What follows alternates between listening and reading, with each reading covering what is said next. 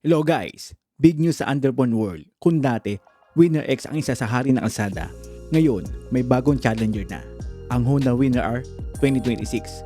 Ang tanong, sulit ba talagang ang upgrade o pareho naman sila ng dati? Tara, i-breakdown natin.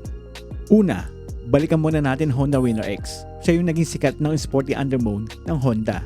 Aggressive ng styling, liquid cooled with 150cc, dual overhead cam engine at kilala sa mabilis na acceleration.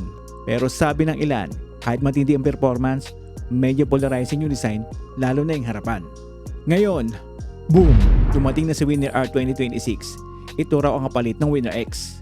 Ang R dito, it means racing, at kita agad sa design na mas race-inspired at mas premium ang dating. Inspired sa Fireblade yung side pairings at headlights. Ngayon, ang Winner R mas tunay na sports bikes DNA ang dala. Kung design naman ang labanan, klaro na, the Winner R looks sharper, mas malaki ang front pairings.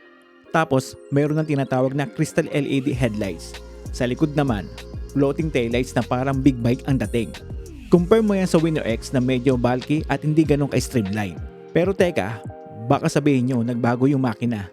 Well, halos same pa rin siya. Winner R still uses the 149.cc with double overhead cam with 4 valves engine with around 15.6 horsepower, pero may improvements.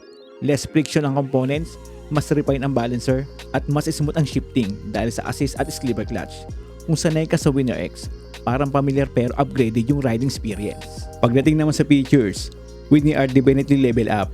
May full digital negative LCD dash, smart key system na may LED rings, tapos sa special at sport trims, may USB-A charger at front ABS. Winner X had digital cluster din and ABS sa ilang variants, pero hindi ganito ka-refine ang presentation. Sa presyo naman, halos same pa rin ang range. Winner R standard start at around 46 million Vietnam Dong.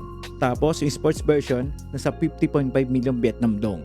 Ibig sabihin, hindi masakit sa bulsa kung galing ka sa Winner X at gusto mo mag-upgrade. Final thoughts, kung ikaw ay naka-Winner X ngayon, baka hindi ka masyado mabibigla sa performance. Pero kung design, features at mala big bike vibe ang hanap mo, Winner R is the clear winner. Mas astig, mas modern, at mas angkop sa new generation riders. Anong masasabi nyo? Team Winner X ka pa rin ba? O lilipat ka na sa bagong Winner R? Comment below and let's start a discussion. At syempre, kung gusto nyo na mas marami pang motor reviews at updates, don't forget to hit that like, subscribe, and ring the notification bell para updated kayo sa lahat ng motovlogging content natin. And ride safe!